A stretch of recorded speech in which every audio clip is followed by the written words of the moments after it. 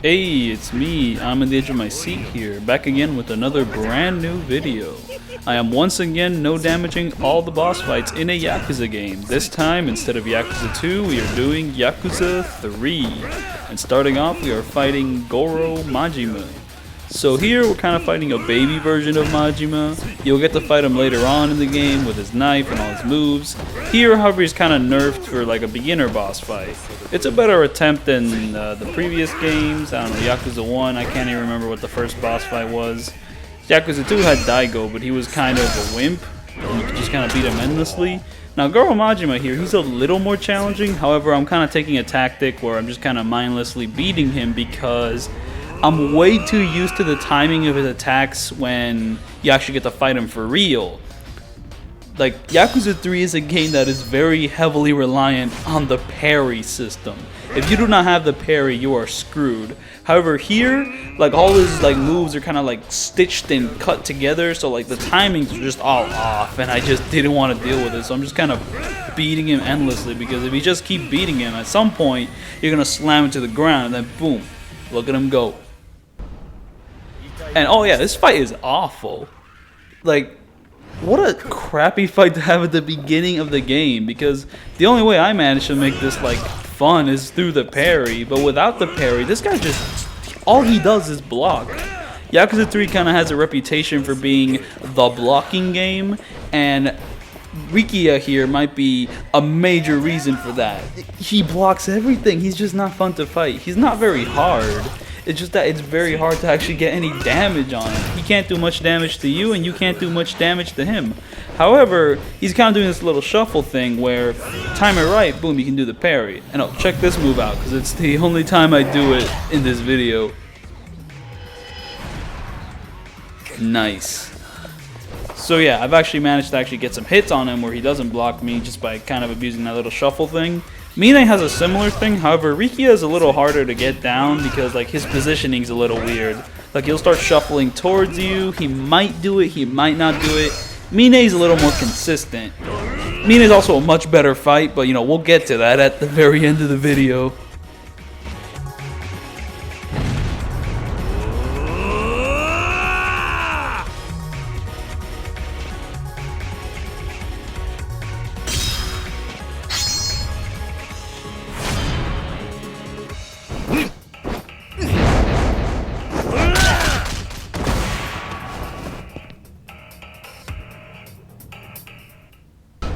So yeah, feel the heat in this game is kind of weird, because in Yakuza 2, they have all this cool like dynamic stuff happening, like, you know, the ground is like rumbling, you know, everything's going crazy, while here they just show like a straight like just a picture with like some flashing text. I don't know, it just feels like such a weird downgrade, you know, like here's Yakuza 3, the game of the new generation, but its effects are like downgraded from Yakuza 2. That's a bit weird. So anyway, here we're fighting Tamashiro, who has a pretty bad reputation, but he's not that bad of a fight. I actually quite like him. At the very least, I like his knife phase, because you can actually land hits on him without needing the use of a parry or whatnot. He's got a very, like, he's got an easy pattern to deal with. Pretty much bait out the knife attack, get behind him, full combo. Very nice. And he also has a couple other combos with his knife. He kind of alternates between doing 1 to 2 hits. You want to bait out the 4th hit, because if you can dodge behind the 4th hit, boom, another full combo. Very nice. When this guy gets dangerous, this is his second phase. There we go, he entered it. The knuckle phases, because he is aggressive. And without the Kamaki parry, he is very difficult to deal with.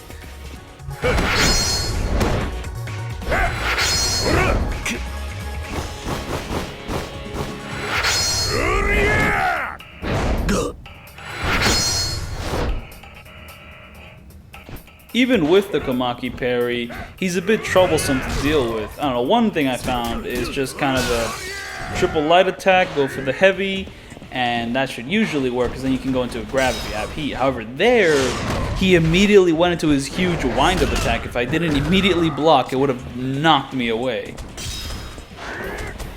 And here I'm just trying to bait out like that 1 4-hit combo he has, because that's the best time to kind of parry that. There we go, that one. That one is nice. However, the rest of them, I don't trust them.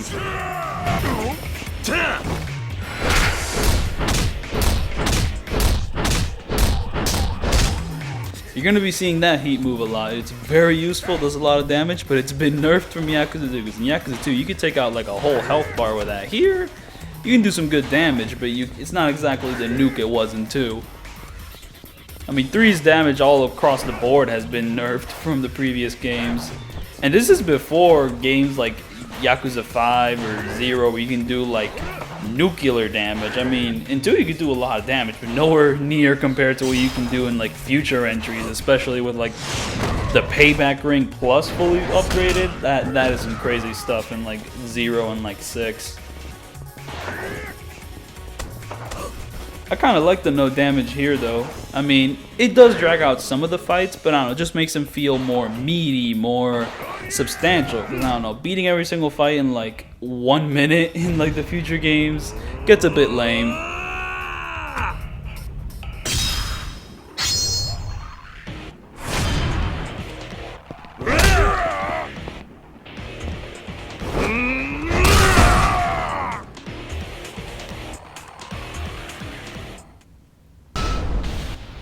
Oh, here we go. Hasebe. He's actually not that bad of a fight.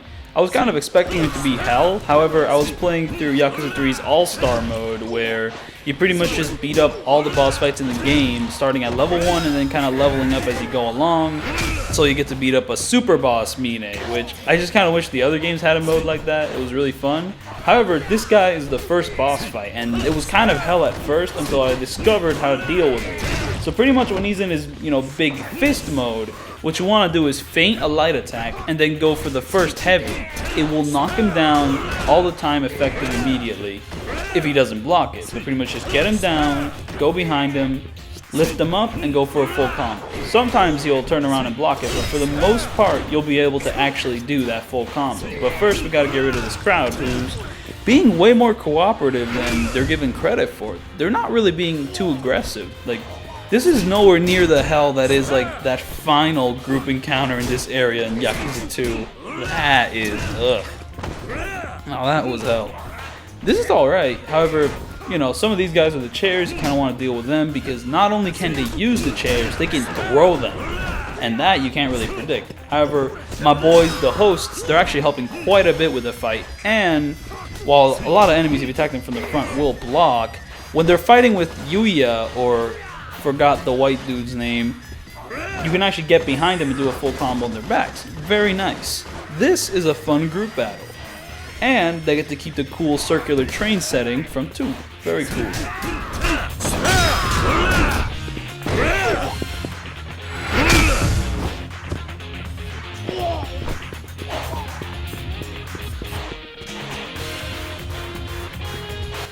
I kind of prefer the color scheme of the Stardust in Yakuza 2 though, I don't know. This one's like a little too gaudy. Kind of prefer the more purple tones of the original, which they brought back in Kiwami 2, which is neat.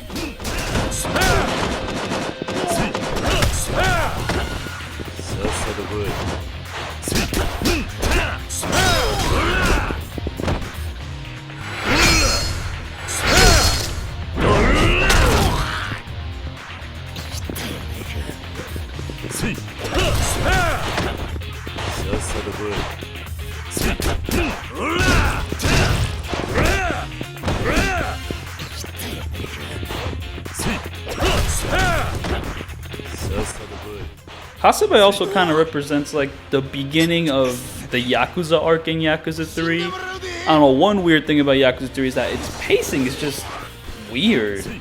I don't know, like, I'd go as far to say that Yakuza 3 is like, and has an episodic structure. It kind of feels like every event is kind of planned like a episode, like, I don't know, Monster of the Week type formula. Like, you have the beginning with the orphanage, and this episodic formula actually works pretty well with the orphanage, just kind of going from kid to kid, seeing what their problem is. But then you get to the Yakuza stuff, and it's like, okay, here's Hasebe, and then the next one's like, oh, here's the CIA, oh, here's Kanda, here's da da da da da da. They just keep like listing characters on and on. What's the problem with this? Well, It's just that they just show up out of nowhere. Like each chapter is like their own thing, but they're not really like implied beforehand. Like everything you know about that character is introduced right then and there and concluded right then and there.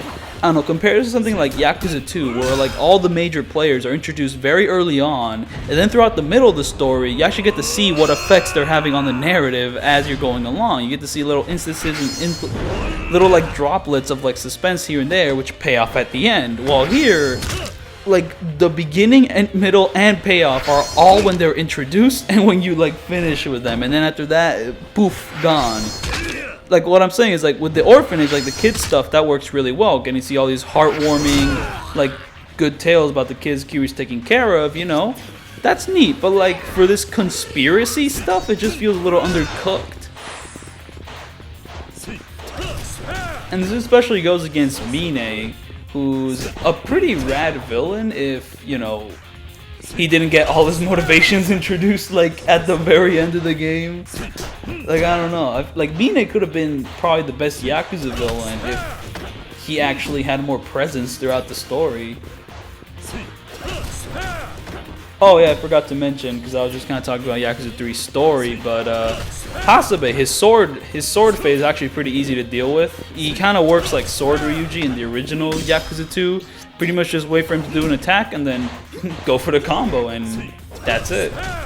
And now here he was being kind of naughty with not letting me attack his back, so I decided to go for the good old 1-2 stomp.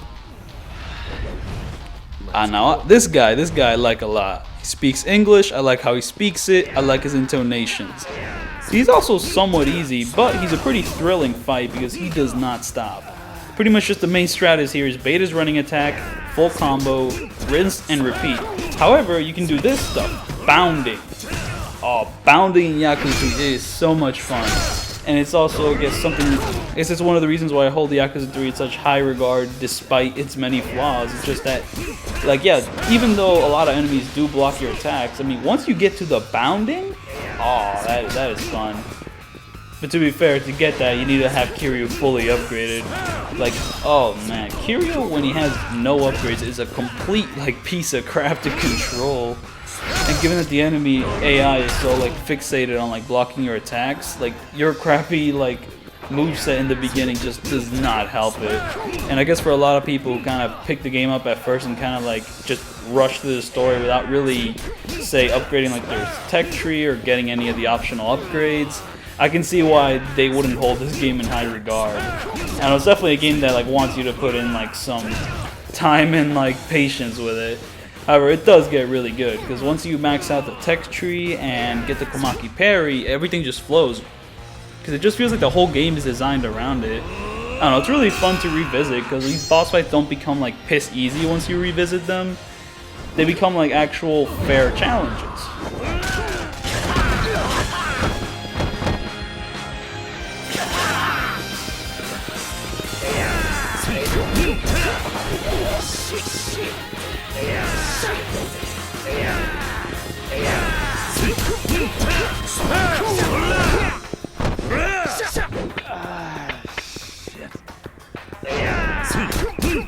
So yeah, Andre's little Goonies here is actually being really friendly. They haven't really done much to attack me.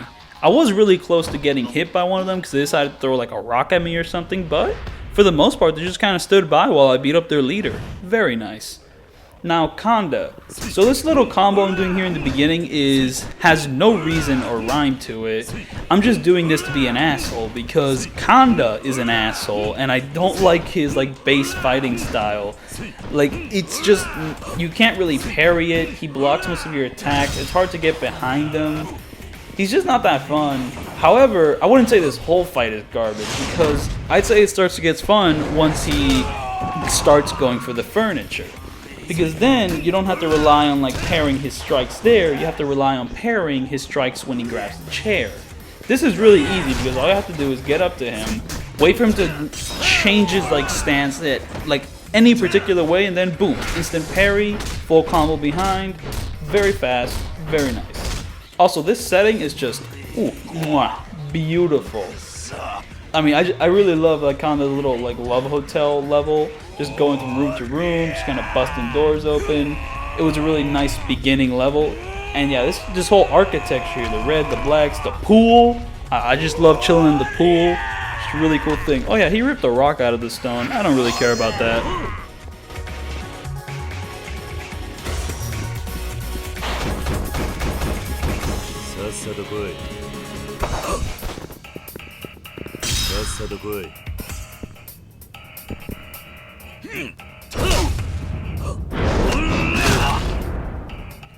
The crazy thing about that heat action is that you can't learn it until you beat Kanda. So on the first playthrough, you can't do that. Even though it's like the main way to deal with that attack. I don't know, it's just kind of ludicrous that like they would design something where it's like, that's obviously something you'd want to have for that fight, but you can't get it until you beat that fight. So you can only really make use of it on New Game Plus. I mean, it's a neat thing to like notice, but it's just kind of like, it feels like the fight was designed around it.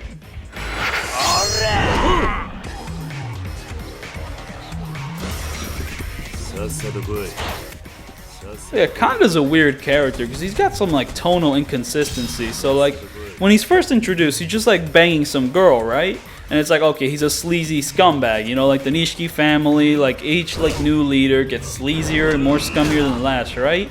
But then there's like this whole tangent where he's like, oh, no, he's not having sex with these women, he's giving them massages, and he wants the big women, and it's just kind of like, are we like making a joke about how he kidnaps women and doesn't have sex? It just feels weird. It's like very funny.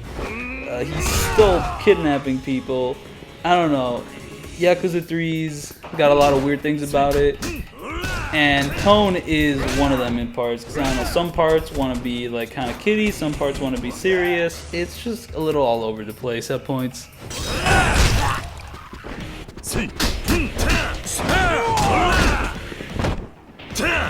Yeah, I guess one thing I don't really like about Yakuza 3 is that most of its cast is pretty one note.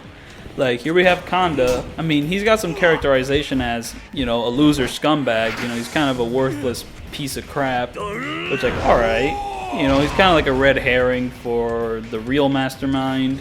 Then you got Hamazaki, who has some pretty good build-up, but then he's just using that as an excuse to, like, bring back the dude from, like, Yakuza 1 for, like, one of the more questionable boss fights in the game. And it's like, what?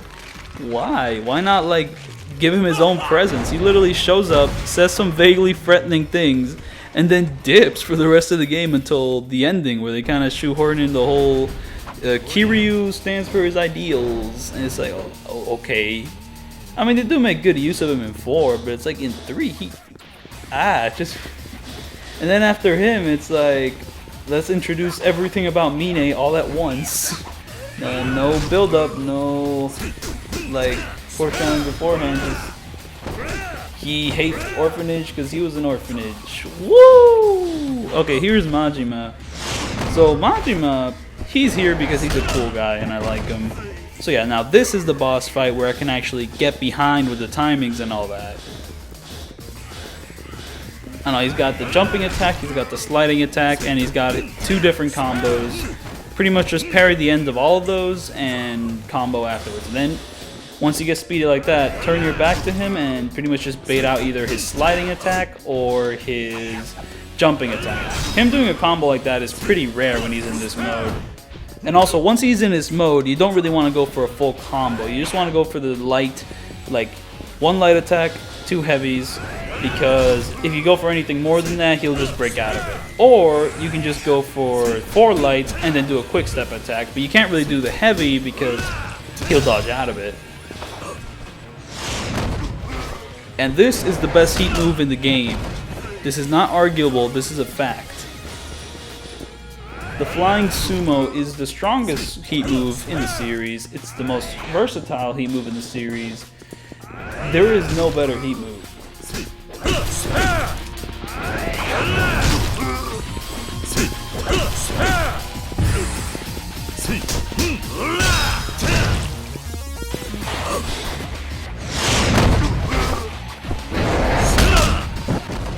I don't know, one thing I like to do with that heat move is first roll back and then roll forward. Because if you do the 2 rolls forward, the enemy might end up attacking, which negates your ability to do a heat move on them. However, roll back and then forward, that won't really register as you moving towards them most of the time, which means you'll have a higher chance of doing that heat move. Plus, it just kind of makes it a little more skillful, makes you more involved. You're not just like spamming dodge forward, you're going, backwards and forwards, I mean, you're moving the stick back and forth. Very stimulating, yes. But yeah, I just love this heat move. Mwah, beautiful.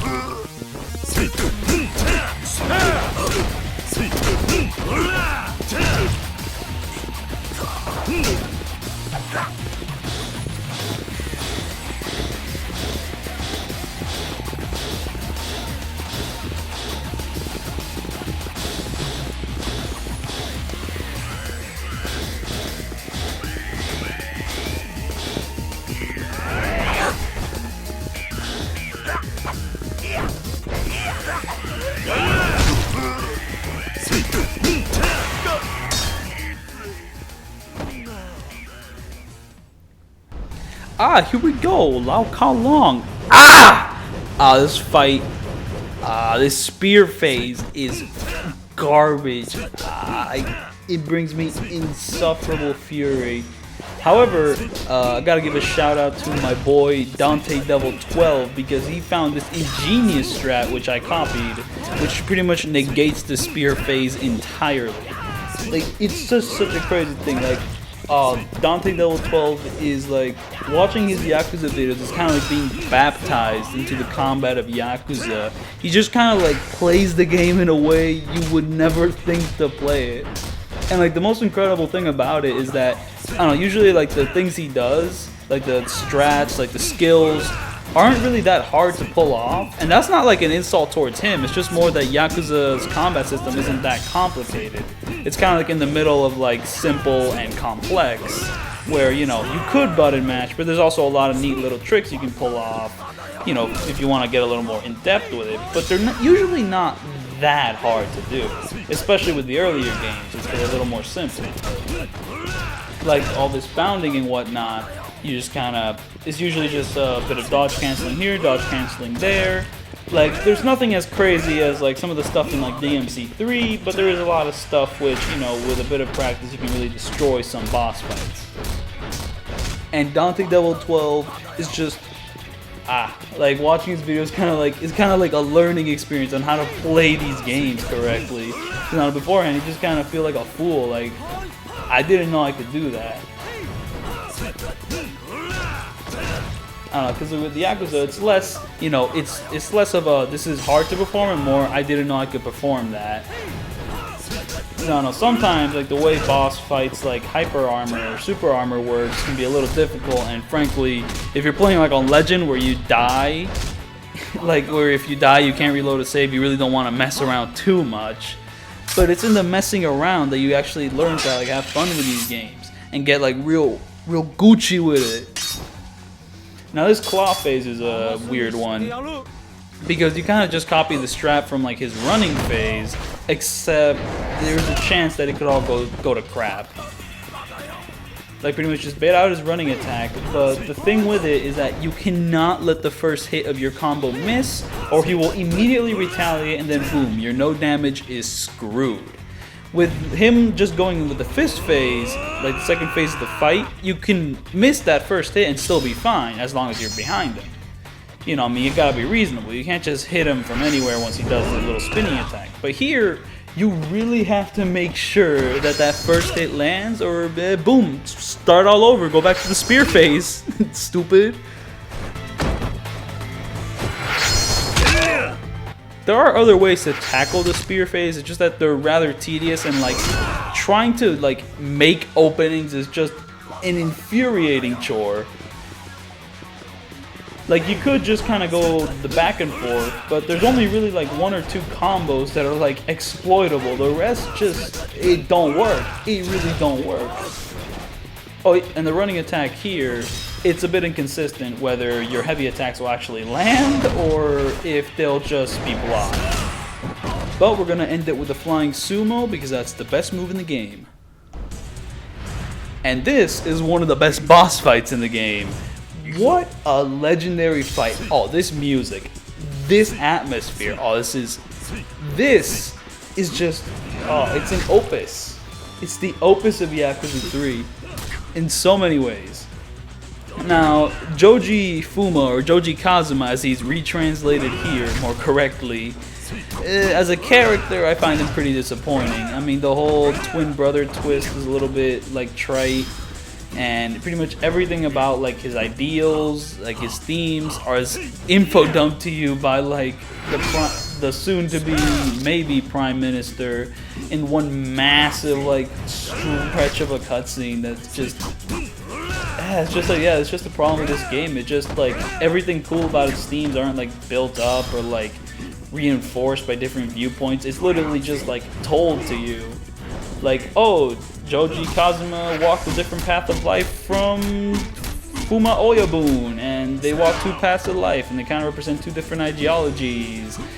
This is all told to you. You never actually experience this, and it's just kind of lame. However, one idea that I think works really well is kind of like this build-up of like fighting like your past blood. I don't know, because one thing which Yakuza 3 does keep consistent and build up throughout the game is this kind of idea that family goes beyond blood. It's a common theme, but I think Yakuza 3 pulls it off really well. It introduces it with, I forgot the name of that one child, the one child that was crying at the beach in the beginning, kind of being like, oh, I'm sad, I don't have parents. And you know, that kind of introduces the whole theme of, you know, family's more than that. And then here, this is kind of paying off, where it's like, you know, family's more than just blood. I mean, family is like, you know, the relations with the people. I mean, that's how like Kiryu can like still fight him without really like, you know, holding back. I mean, family isn't just like some like thing built from, I mean, family's more than blood, and I think this fight is a great like kind of explosion of that. This is kind of like a culmination or like climax of like that theme.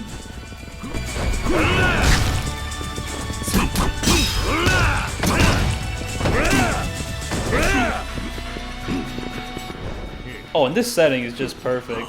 However, I will say, I guess like the weird tonal like inconsistencies kind of show up again, where like the game just kind of spends like just a super long ass time being like, ooh, the girls, they're dancing on the poles. Like, they kind of sets like a nice like atmosphere. Ooh, here's like a sleazy atmosphere, but it's like the rest of the game isn't like that. Like, the game is either like, you know, very, ooh, Yakuza are cool and have honor, and then there's a scummy Yakuza. They don't really explore much of like the sleazy life or like of the red light district much in this game. So it's just kind of like, okay.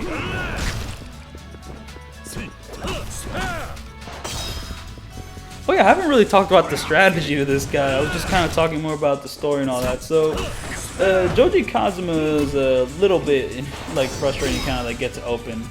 He's a parry, like you gotta really parry his attacks. But in the beginning, when he doesn't have heat, he rarely opens up to you, which is very frustrating. You just kind of like have to poke and prod at him to like do the combo you can parry. And once you can parry that, go for a full combo, Gucci, clean. However, in heat mode, the reverse happens. He's always attacking, which means you always have openings to parry. However, you can't really do the full combo on him because then he'll react before you can finish it. So you gotta stick with a simple light, heavy, heavy. But that does good damage, and you'll win either way.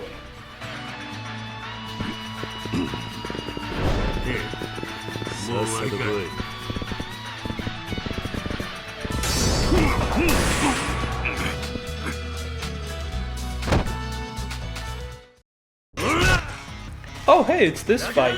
Ah! This is the worst boss fight in the game. Oh my god. The developers really thought they were slick with every time you die having to repeat the goon fight over and over and over. And these goons, they block like molasses.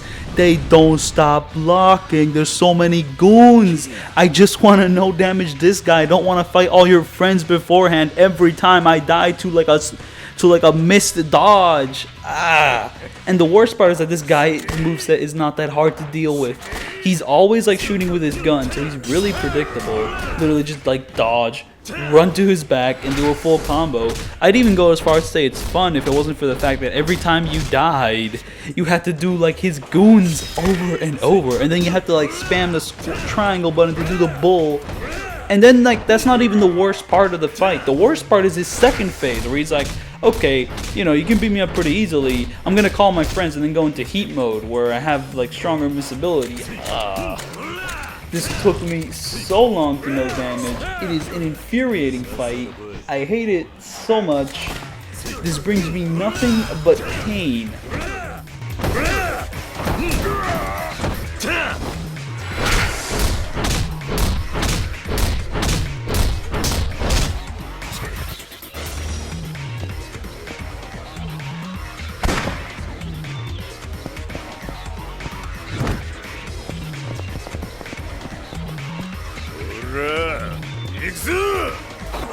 And when like he introduces his goons, there's like a whole big cutscene. But once the cutscene's over, you need to immediately dodge because he will use it. He will usually do his fast kicks, which you can't really react to. You have to know it's coming, or else boom, you took a chip damage. Restart the whole fight again. Hate this fight so much, dude. Terrible fight.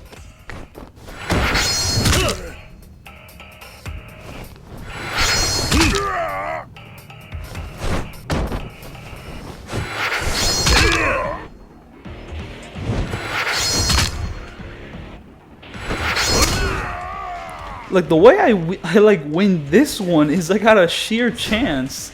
Like I pretty much just like spammed him so like he couldn't hit me back, and I did do like gradual damage. And I also found out that if you do the 2 light attacks and then like heavy, that'll usually land you a good hit. And his goons were fortunate enough to not hit me once, which I'm very thankful for because they're usually uber aggressive. And also I'm just glad that you have to beat the boss fight and not like the goons like Andre. And hey, look at him, he's back, and he's a pretty cool fight here. Kind of, you know, taking his concept from the first fight, except without the goons, but a tighter space. However, the tighter space works to his disadvantage, which means he's way easier to bound here.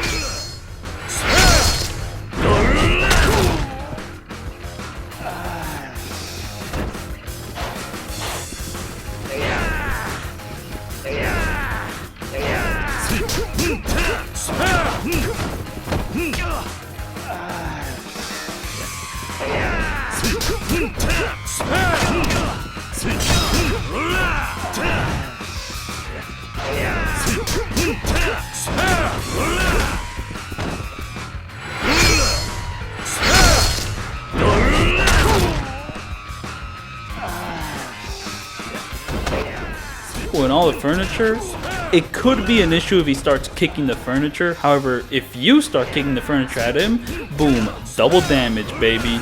Woo! And well, this is the part where the furniture kind of almost screwed me over. Thankfully, I think that table blocked Andre's kick. Either it was my dodge or that table, but either way, I'm thankful I did not take damage there. That would have been very sad.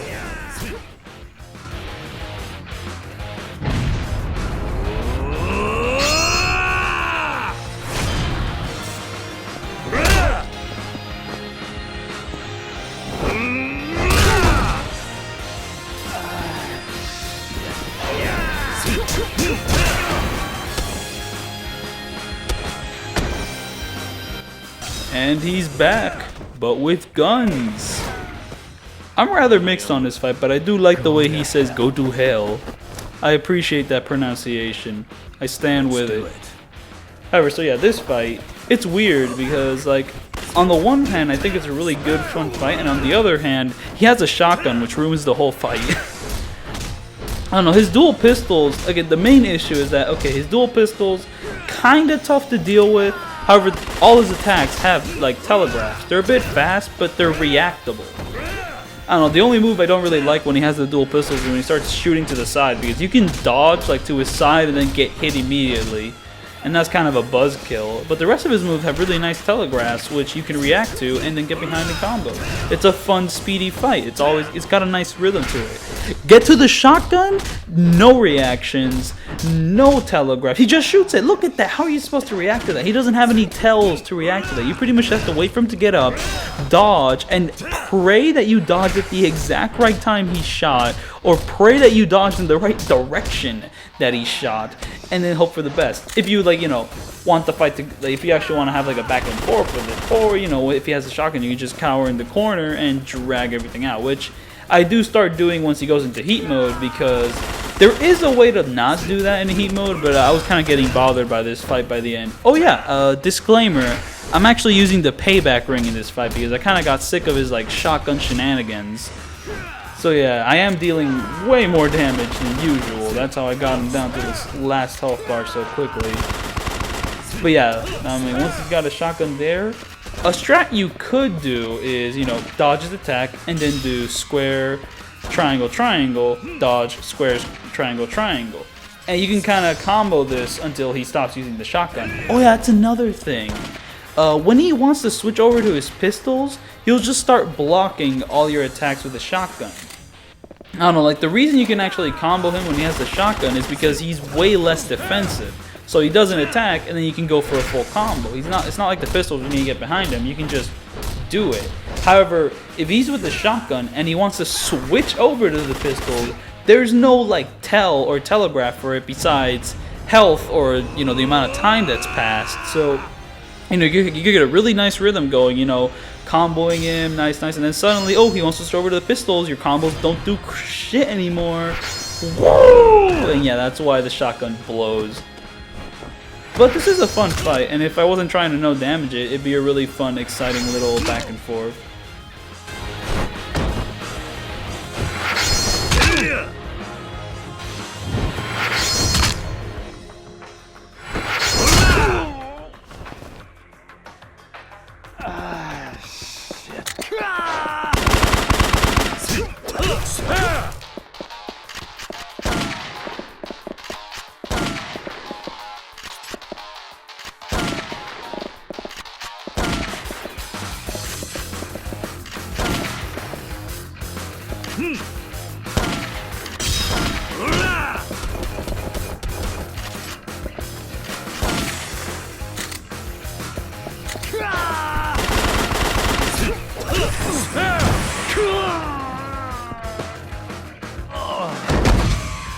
Okay, now Mine is a fantastic final boss. It's a fantastic fight. It's the best in the game.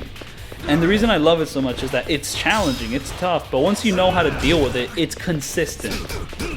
I don't know, I've uploaded my attempt at Mine before on the channel. However, this is actually a new attempt because I found a better way to deal with his orange phase.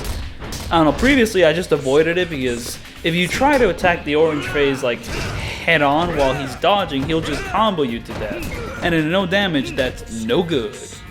But I found out that, I mean, I don't know, the one thing with Mine is that if you can pretty much just attack him over and over while he's getting up and he can do nothing about it.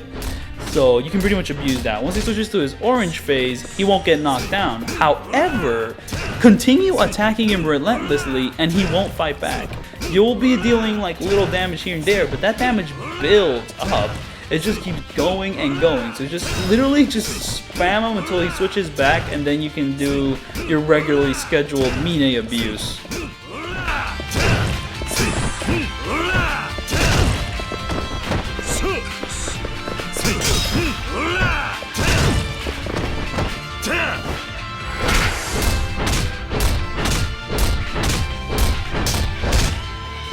Now Mine's red phase.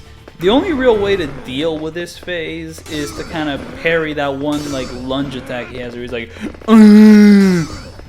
like not that one where he spins. That one you can't really do anything about. But if you want to like deal a little extra damage, you could go for the one that goes That one.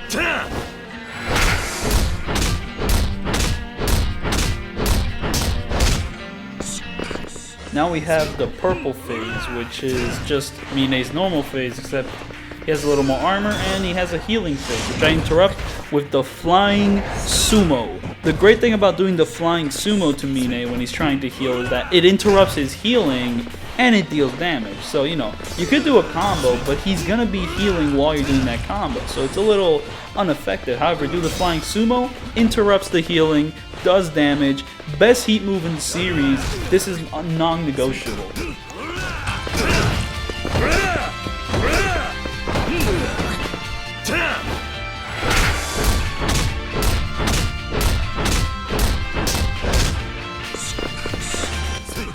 And now I love this because, I don't know, usually Mine just kind of switches between those 4 styles in like that order. He goes normal, then he goes orange, then he goes normal again, then he goes red, then he goes normal, then he goes purple, back to normal, repeat the cycle. However, I've gone through one cycle of that like heat mode changing.